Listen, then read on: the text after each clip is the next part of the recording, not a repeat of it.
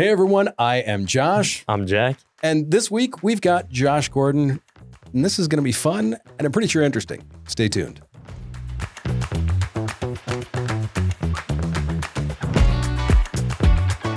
You're listening to Magic City Neighbors on the mic, where we talk to your Barberton neighbors about their stories, their insights, and what gets them laughing. Make sure to like, share, and subscribe wherever you get your podcasts. And now, to the show.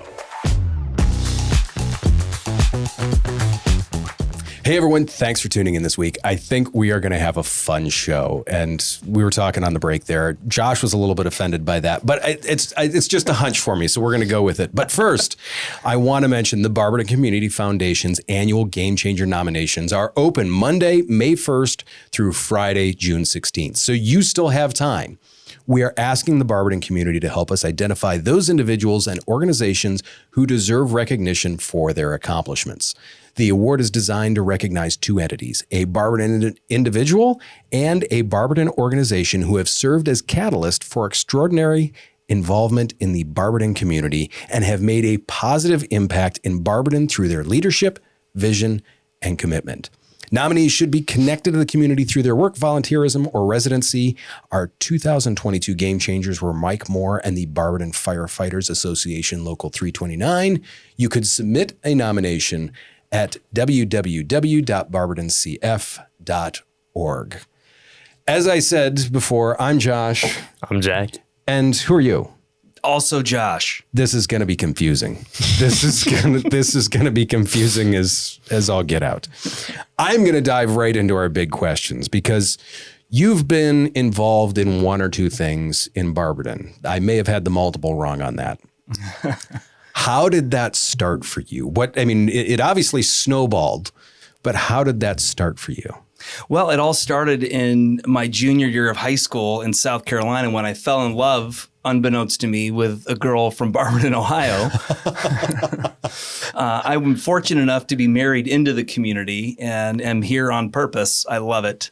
I've moved 14 times, but Barberton was my last move because it's just the nicest, most genuine people in a community that I've ever experienced. And having those moves, I have a sample size, I think, where I can say, like, I know what good looks like. I know what great looks like. This is a great community.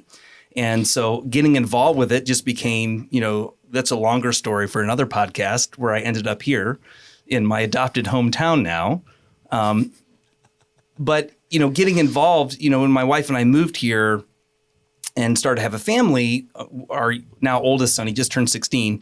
Back when we were sort of looking at where we were going to put him into school, we were new to the community at that point as a married couple with a child. And our son had taught himself to read like when he was 3. He just figured it out. And we were like, what do we do with that? That seems different. And so we didn't know what to do from a schooling standpoint. And we were at a point where we're saying, well, let's go look at this, parochial school and this, because Barberton had this history of not passing school levies. And, for me at the time, I was, running global marketing communications for a medical device company, a global med device company. And I was in marketing communications world and had been spending all my career there after I was a journalist. And looking around, I thought, I can't leave the community and not at least inquire about the school district and how it operates and what its challenges are. And so at the time they had a levy going on, and through my wife's family connections, they knew somebody who was involved with that. And I said, hey, I do this marketing communication stuff. Is there anything I can do to volunteer? I'm thinking, how can I help? A, B, how can I learn? And I got in there and learned about a school district that was amazing. Yeah. And the challenge was that the community had a lot of students there that were from households at or below the poverty line. And there's all these correlations between learning capability and performance according to state standards and poverty. There's a lot of correlations there. And what I found is there's a lot of communities with a lot of wealth, and those communities with wealth tend to have different household types. And because of that, the school district ends up looking better overall in grade performance, according to the state testing. But those teachers are good, but they're not working as hard as they are in a community where kids coming into kindergarten have never seen a book. Agreed. Or are holding it upside down and don't know what that looks like because they haven't seen one before. Right. And these teachers here are getting that kid to read by 3rd grade fluently. Which is amazing. So the gap that's closed there is amazing. And so when you look around to other communities, I'm going now, well, geez, which one maybe has great teachers, works harder, cares, is passionate? I can plug into that all day. This is where I want to be. This is where my family can thrive. And it has been true up to this point, 16 years into Luke's life, and I have 3 kids after that, and we're big investors in the schools, obviously now with humans, with 4 of them in there. But the district has been amazing, and the community is amazing, and I couldn't be happier to be here. And then so from that, I got involved with the foundation. The mayor said, hey, we have a position that's open on the board of the foundation. Would you be interested in interviewing for that? And so I put my hat in the ring for that. And for some reason, they picked me. And then I got to serve on that board for 9 years. And I still serve on there as a friend on a couple of committees. And I was so thankful for that because it is such a privilege to have a community foundation in a city this size. And it's really hard to understand that, I think, unless you have the context and perspective to understand that. And, communities this size just flat don't have it. They just don't. Nope. And we have to be stewards of it because it's supposed to last in perpetuity by law. So we can't just goof and liquidate it. It has to be protected. Not making it rain. Yeah. And there's laws around you can't spend more than 5% of your original corpus, the original monies that began the foundation. So that's a spending policy that has to be in place, which limits the amount of money that you can spend. So when the markets have a bad downturn for a while, you got to pull back. And you got to reamass it, and then you'll have a little bit more to spend later on. And the challenge is we all want stuff right away, but the good stuff takes time to build. And, so there's lots of stuff in that 9 years I'm proud of that we built that has put us in a better position. And there's stuff coming up that I'm really excited about too. Speaking of new stuff, Jack's got a question for you. Yeah. A good one. So for the Main Street program, it's supposed to revive the downtown area. Do you have you sound skeptical? Supposed to. I'm adding character onto the part. Yeah. Love it. What are some of the things that I should look forward to as a younger person or anybody else watching this that's younger? That's a great question. Yeah. Well, first of all, I'd say broadly, I think Barberton's very underrated as a community for a place for a family to come and have a great Saturday or an awesome afternoon. You can eat on the patio at, the brewery right here and look out at a beautiful lake. The library has so many amazing programs. There's a beautiful lake park, with a Kettle Lake there, Lake Anna. You can go watch a theater in the 4K 3D theater at Lake 8. We're in an art gallery. I was going to say, you have an art gallery right across the street. That's not just, it has resident artists and 3 stories. And the artists in here are so talented. Yes. And all kinds of different types of mediums in art. Some of the sculpture work is unbelievable. The murals, there's some amazing stuff right here. And then there's the theater for young audiences just down the road with Magical Theater Company. Agreed. And a comic book shop up the way that has all this rare artifact fine stuff. And that's just a handful of stores right here. That you could, you can throw a rock and hit them all. In a 2-block area of just part of our downtown. So, I think that I forgot the coffee shop. That also has artists, rotating artist show and is a community convening point for everybody. Everyone. Cave in my house is a verb, Are we going to cave this morning? Yeah, it's Saturday morning, of course, So there's so much, I think, to do, and we're just scratching the surface in general. What Main Street Barberton is going to do is amplify that. And what I would want folks to know is Main Street Barberton essentially has one job, and that is to get people to downtown. Makes sense. That's it. Yeah. We don't have to build your business. We're not business builders. Our job is to get people to downtown, and the businesses will have more people to come into their businesses, right? That's the whole point. We're an amplifying effect. So part of that is how can we create a community of events, of regular routine events that people can expect, and it's fun and it's family oriented, and you can come here and spend a great afternoon or evening, get a great meal, and then go home and then have another reason to come back later. right? So we want regular stuff happening every month, and we're working toward that in our various committees.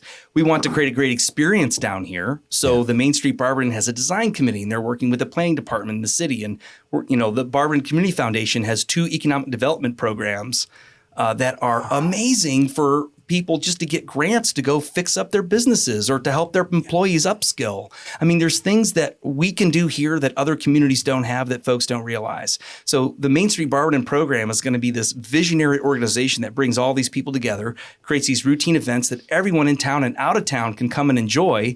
And then when we get that baseline of audience down of people that are loving what we're doing here, we're going to start to say, well, how do we have events that attract even more people that are maybe the different folks that come every time we have an event? Yeah. You get those different audiences that diversity to it. So, you can only go back to the same trough all the time. The same people may not be down here every Saturday night, but if we get one group down Saturday night, maybe it's families on Saturday night. The next Saturday, it's people just looking to mingle. It's business people, whatever. Yeah, that makes perfect sense. Yeah, and a great example of that, if you look at other Main Street programs in the state, and there's a bunch of really successful ones. One of them is Main Street Wadsworth, who's kind of our big brother, big sister, in that world. Like the bunch of the board members have gone and have meetings with them already. They're available. We call and they pick up. They answer any question we have. They really are helping us understand what it takes to be successful, and they're a great resource for us. One of the things they did is they knew who their baseline community was, and then they decided to have an outdoor wrestling event.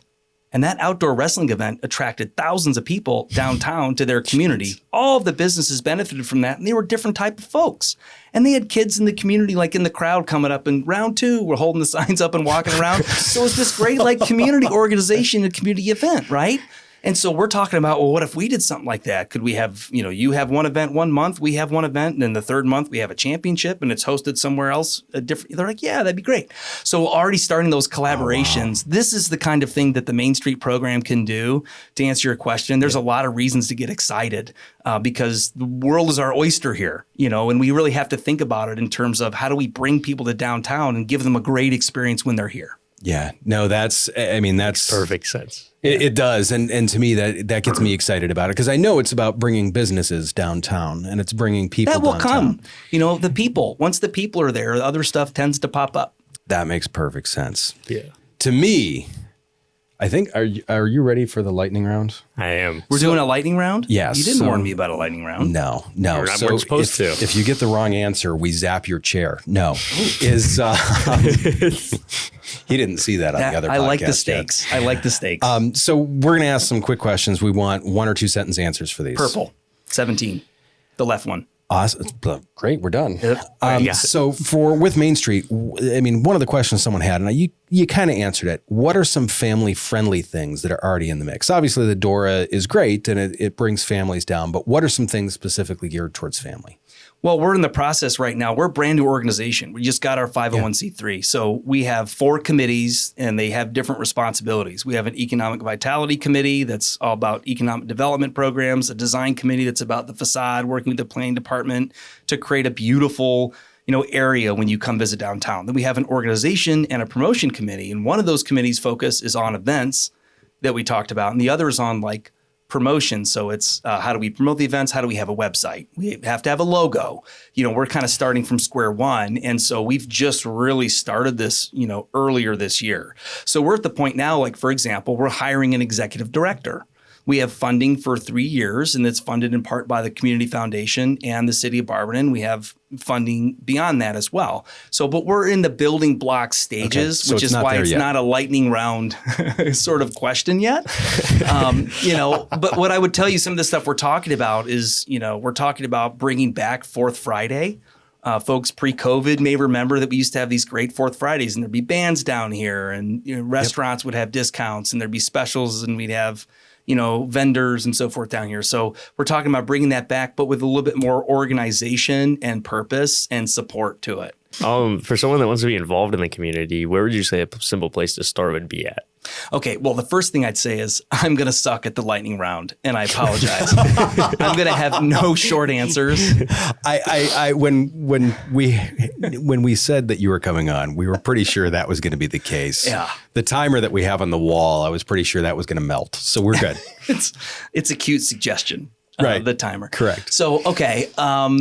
ways to get involved. So at different ages, I would say the foundation, the Barberton Community Foundation, is a great place, is a great resource that the community can tap more and understand how the Friends program works. And just understand how committee structures work and the different sorts of things they work on. That's a place that I would go and learn what they do and what they support. The city is the same way. You know, a lot of people don't know that because of the relationship that the schools have with the city, they have this really unique municipal program that they've launched. It's amazing. No city has that. And no school district provides those kind of internships and access to well, tell me how government works. Like you could take government in 10th grade, you know, or you could do this program that's like a 6 or 8 week thing, and you're going to leave there going, geez, I know every department. I know how they work. I know the different skills and positions. I know what I need to study to pass my exam. You know, so the school district is another great resource to understand how to get plugged into the community as well. Yeah. So the city wants folks to be, the foundation wants folks to be, and the schools want folks to be, and they're all hooked into the same stuff. So those are 3 great areas to start and just ask questions and say, what can I do to go volunteer somewhere? I promise you there's opportunities. And the library I actually would put in that mix as well. Yes. It's extraordinarily well run. It's got amazing resources, beautiful place to just go sit inside in January and look at a lake and read a book. Yep. Or read a magazine or, you know, whatever, you're listen to an audiobook. It's really peaceful. It's a really great environment, but they do a lot in the community that folks don't realize as well. Yeah. So if you just ask questions of those 4 places, you won't be bored. Find something. Yeah, definitely. I'm going to kneecap you with this one. Uh-oh. One word. Oh. Favorite thing about Barberton? Authenticity. Love it. Love it. So now we've got our typical questions that we have to ask everyone. What is your favorite Barberton folklore / tall tale / rumor? So Dave Polachek mentioned that Lake Anna is bottomless basically, and it has an outlet to Lake Erie. Yeah, that would be the first one that would come to mind for me. But that's knowing Dave, he may have swam it. Yeah, I don't know. It's possible.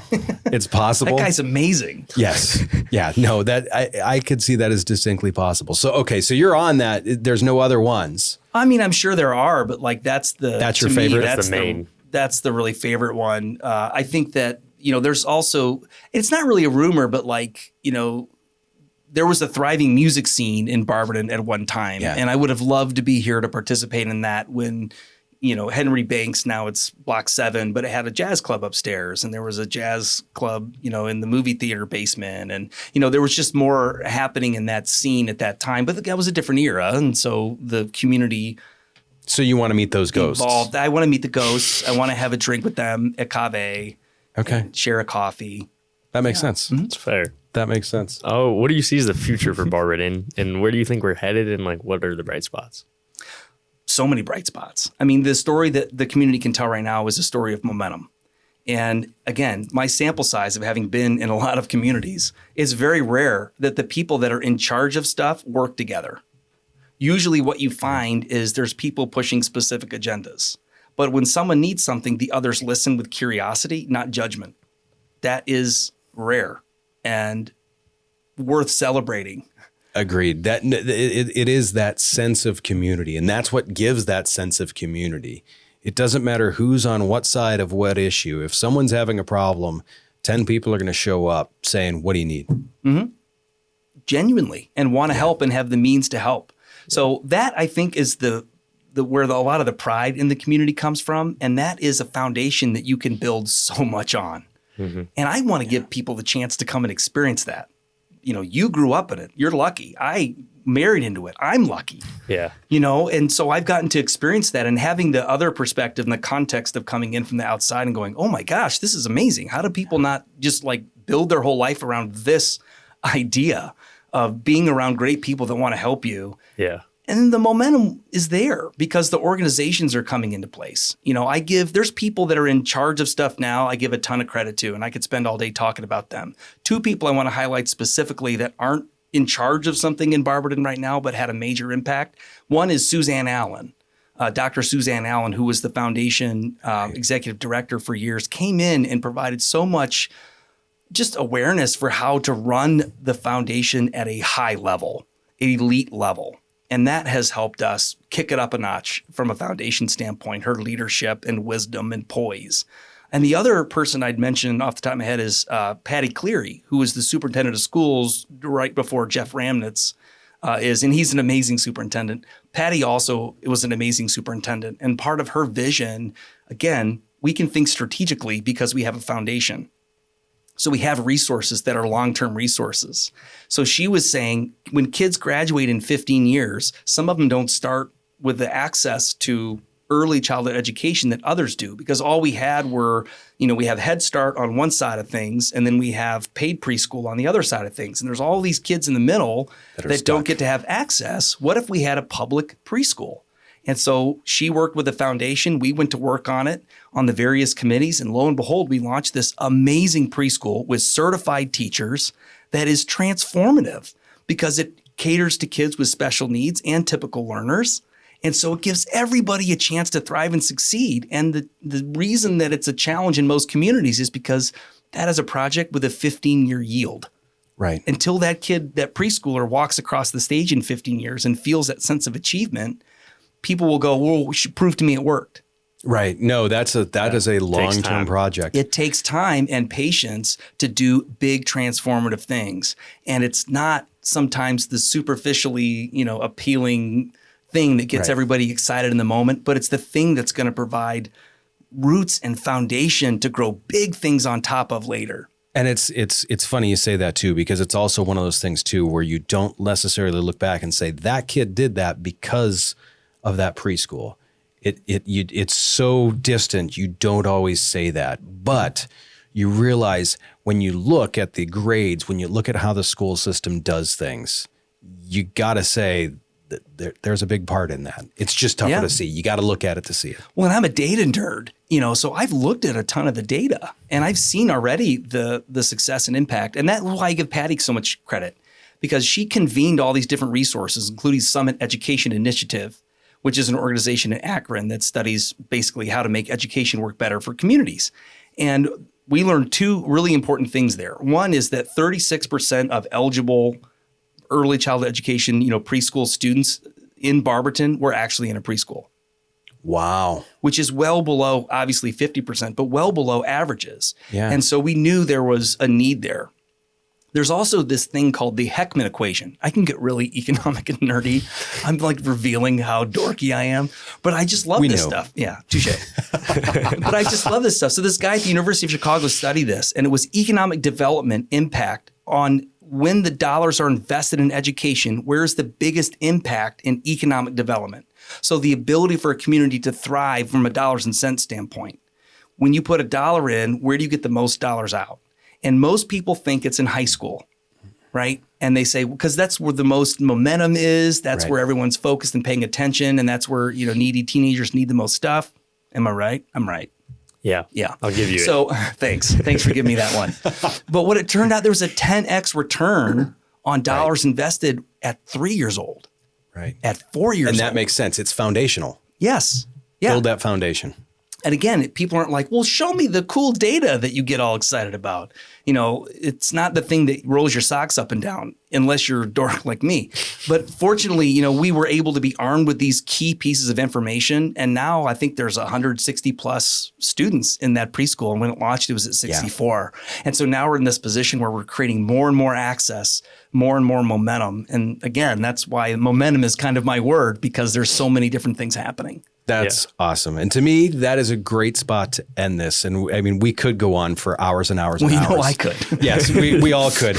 But to me, I mean, that covers when you start out with a great foundation for stuff like that, all the way to stuff with Main Street, you've got good things. Mm-hmm. That to me is a good thing. It's the next great thing. Exactly. And everything in between. And I love it. Thank you very much for coming on. We both really appreciate it.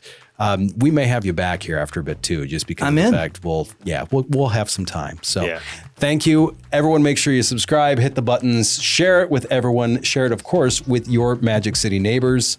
And we will see you guys soon. Thank you.